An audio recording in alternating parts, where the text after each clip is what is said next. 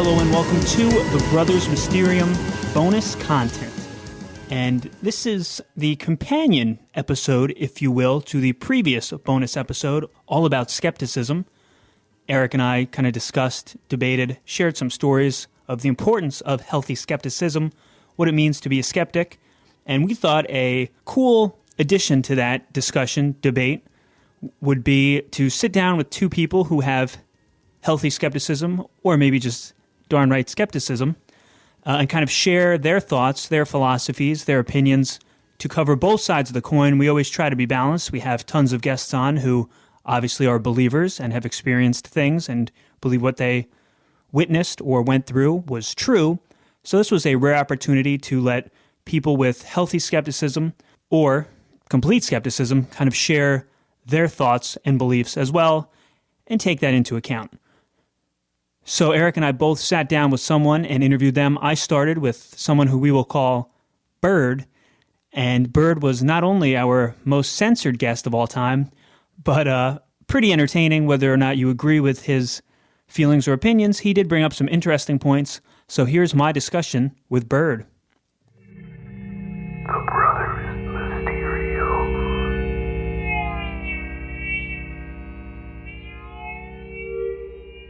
All right. So what are your thoughts on ghosts? Do they exist?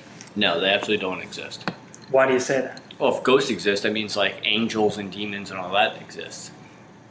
And does that mean they're always around? Like watching you masturbate, watching you have sex? That's weird. Once you start down that path, you can never go back. Then you're constantly like, I'm taking a piss in front of a ghost every single day. So in your mind, when you die, what happens? You die. You're just dead. Just nothingness? No, it's all part of the process. You know, like you're around, you eat animals, they die, you go into the dirt, you decompose, you become grass, the animals eat the grass, other people eat the animals, they eat the grass. That's how it is. So how do you respond to like people that will say like, oh, I saw a ghost or a ghost moved this beer? What do you think that could be? No, well, nothing moved the beer. I think it's weird to think that even if ghosts did exist, that they can grab tangible objects and move them from one place to another is kind of a bullshit concept. They're supposed to be like able to walk through walls, and all of a sudden they can, you know, like Swayze it and all of a sudden grab onto something and move it across the room. Like, give me a break. So safe to say you're a skeptic? It's safe to say that everyone else is an idiot. Fair enough.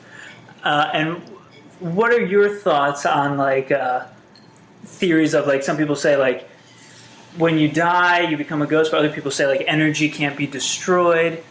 You know, so when you die, the energy of your body moves into something else, and they're saying maybe that's what's manifesting itself. That's why people are always seeing things. Well, I think you hit the nail on the head there, because when you die, your energy doesn't die. It then converts into breaking down your organism and your body into dirt, which then transfers into growing plants and animals and all that.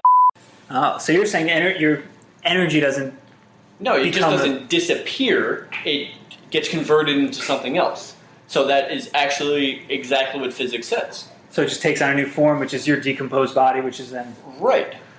And what are your thoughts on like people that say, for example, go to mediums, things like that, and then say like, oh, I'm getting, you know, your grandmother's coming through telling you this. What are your thoughts on that if you don't believe in ghosts? Well, all of them are crooks and complete criminals that have microphones in the hallways and stuff like that and find out more about you, fill out questionnaires before you get there. And they're like, oh, I'm thinking of someone with a T name. You're like, oh, my brother-in-law that died 15 years ago is named Tom or Tim or some other shit. He's like, oh, yeah, he says what's up. And you're like, oh, my God, that's totally what Tim would say. Like, that's stupid. So they're more con men. Yeah, they're totally con men. And people who say, for example, like, you know, their grandmother died and came back and visited them or something like that. I always wonder, like, how come your grandma came back, but, like, your grandfather didn't? Like, you know what I mean? There's sort of inconsistency in what ghosts come back to people and stuff like that. Wouldn't you agree? So your grandmother died 15 years ago, and she can do whatever she wants, and she decides to show up in your bedroom at 2 a.m. to scare the crap out of you, to say hi, instead of going anywhere else in the world. Maybe when you were, like, if I was dead, be like, oh, wow, I've never seen the Taj Mahal. Let me go there. Actually, I met my nephew Billy once. Let me go out and scare the crap out of him so he shits his pants and always thinks of ghosts for the next like 40 years. That's a stupid concept. I'd spend the rest of eternity traveling around and seeing every part of the world possible besides seeing this stupid child in his bedroom for 15 seconds. Now that's interesting too, because I always think about that too. I call it like the motives of a ghost, and it's like if I died, I wouldn't then be like, I'm going to show up at midnight and, put a handprint on the mirror or scare people. I would either do that as like a joke, because that's like my personality, or I would do cooler stuff, like you said. Well, yeah, you totally got to do cooler stuff. If you're going to like play stupid jokes, you might as well be putting like saran wrap over their toilet and be like, oh man, my grandfather was here, I totally just myself. So your state of mind, you would say 100% you do not believe in ghosts. Oh yeah, ghosts, angels, demons, all that is bullshit. All that is something that you possibly perceive that allows your mind to draw conclusions that aren't there. And as soon as you find skepticism in one part of it, it shatters the glass and you're like, oh wait, I think there might be something here. Like, no, it's actually the wind. Or no, it's just my paranoia. Or it's anything else besides a supernatural being that you can't explain because it's bullshit. Right. And a lot of times people definitely go for like the easy explanation, which is just like, it can't be explained, it was a ghost. Right. Which people have been doing for thousands of years. Now, branching off that, what do you think about other things, like, for example, psychics, not medium psychics that can predict the future and stuff like that? What are your thoughts on that capability? Bullshit. And expand, yeah. I thought we can expand on that, even the greater theme of, like, God spoke to me. He spoke to me. You guys weren't around to do it. And it was 2,000 years ago that he spoke to me. And you can't believe anything else. Or he told me that I have to go over here and dig a bunch of stuff that I actually buried 3 days ago. But he told me to dig there, and it was there. So he obviously was around to do it. Like, right. All that is just complete bullshit. If any of that would have existed, why wouldn't he just show himself? Because that's faith, and you have to believe, and it's bullshit. Aliens, could they exist? What about abductions? What are your thoughts? 100% I believe that aliens do exist. Do I believe they've ever been to this planet? 100% no. Because I think it would be very naive to think that in all of the universe and the thousands of galaxies that are around, that we are the only beings. Right. Because I don't believe that God created this planet or anything. I totally believe in science, Big Bang, that we are here as a result of many, many mistakes that caused one thing after another that allowed us to be here. And I think it would be very naive to think that we're the only people that did that. Right. But do I think that they are abducting people? I think it would be a very bad policy on them to only abduct the dumbest, fattest, stupidest people in this country. Because you're exactly right. Like, why wouldn't you abduct the President of the United States and then all of a sudden do it? Or why wouldn't you show yourself? Or they need to, like, run around in the background to, like, test out how smart we are? We think that we're idiots. So why wouldn't they just come out and...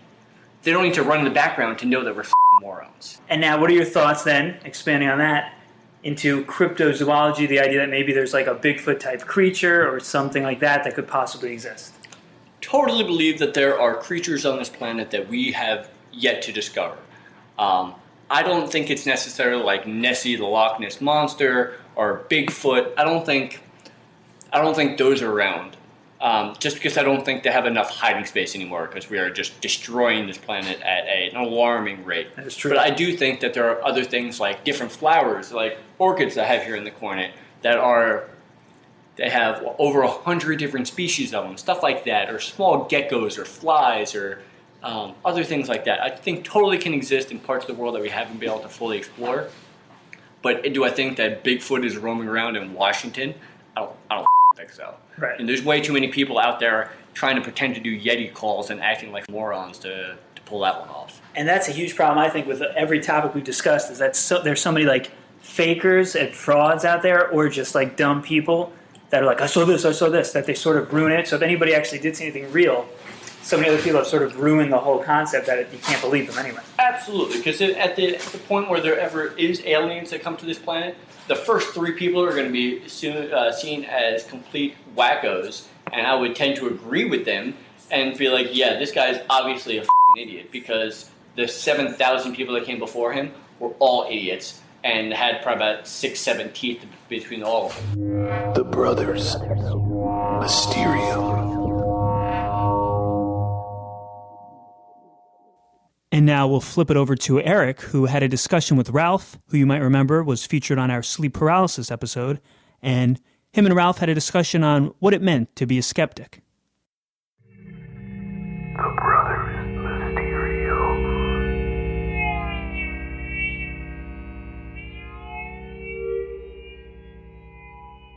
There's definitely been times where I've been slightly too open-minded.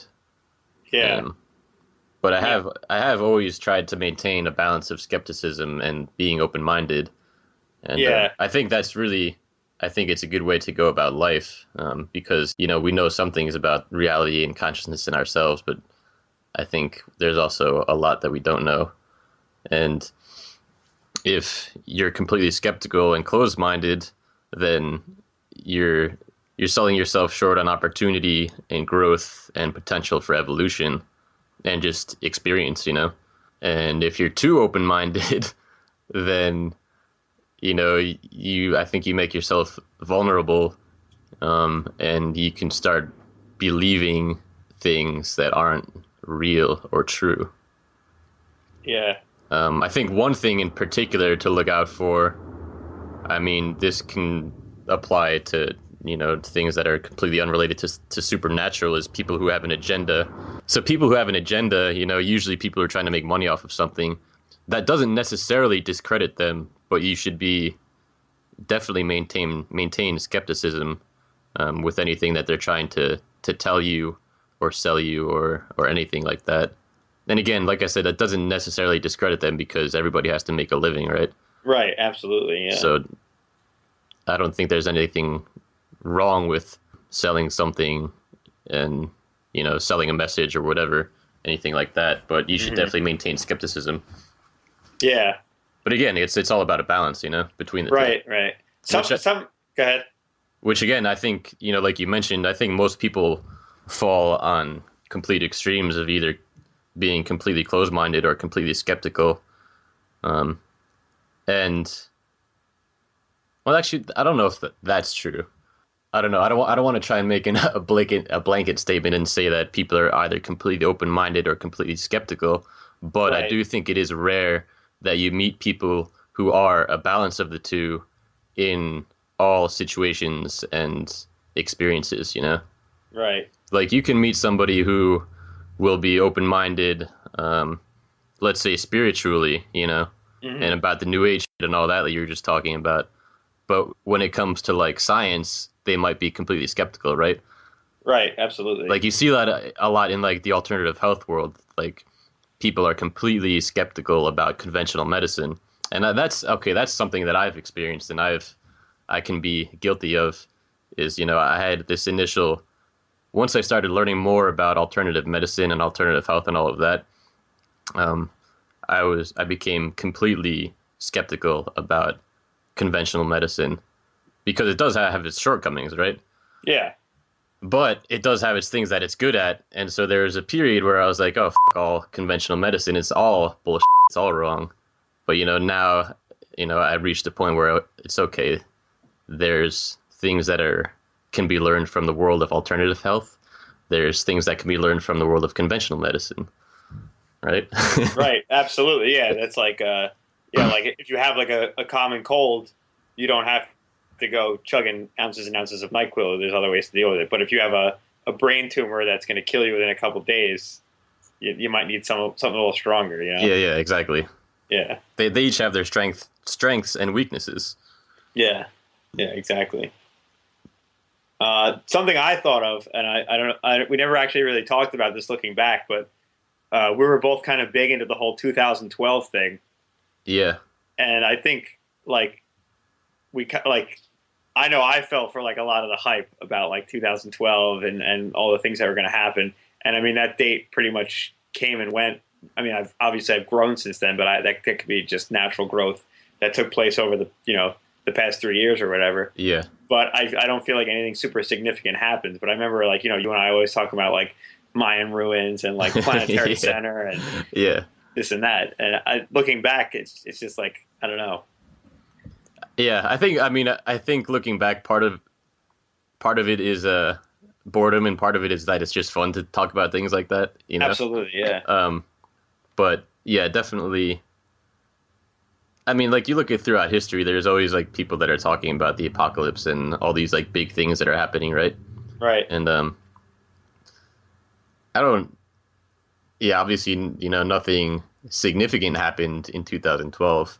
But the world is constantly going through change, and there's constant evolution. And um, I think the world does seem to be in an interesting place. I wouldn't say that 2012 was this milestone of, what it was hyped up to be. But I think things are changing. And like I said, they're always changing. Right. But, Right. but And I think that's kind of like the lesson there in terms of like learning to discern like BS, and like you said, like the world is always changing. And I feel like the lesson I learned from that whole thing is that you shouldn't look to the future for this one cosmic moment to which everything moves. You should realize that the world is like a dynamic, constantly moving thing, and you have to get on board with that idea rather than like whimsically dreaming away to the future when there's just this one moment that's coming. You gotta be in the now, kind of. That's what I took away from all that. Yeah, definitely. And there's another lesson here that's kind of related. Is I've been reading a lot of like self-development and all of that sort of stuff. And one thing this guy Ty Lopez talks about is how in the media and in film and movies and all of that, there's in a lot of movies it's like this like normal dude or this normal person that's just going about their daily lives, and then like something external comes out and enters their lives and completely changes who they are, and they become this like their whole life changes for the better. Right. Like a superhero movie, for example. They'll get blasted with radiation or something out of nowhere. Or even like Lord of the Rings, like Frodo's this simple dude, and then this ring falls into his lap, and now he's got his whole mess to deal with. Yeah, exactly. So looking at like the media, I think that's kind of somewhat of a mirror or a parallel of how people might not be where they want to be in their lives, and so they're looking forward to this, big grand event, like in 2012 or something like that, or like the second coming of Christ, things like that that are outside of them, that are gonna come and enter their lives and create all of this positive change that they want. Yeah, or save them in some way. Exactly. Yeah, they're gonna save them rather than doing the that they need to do on their own, right now.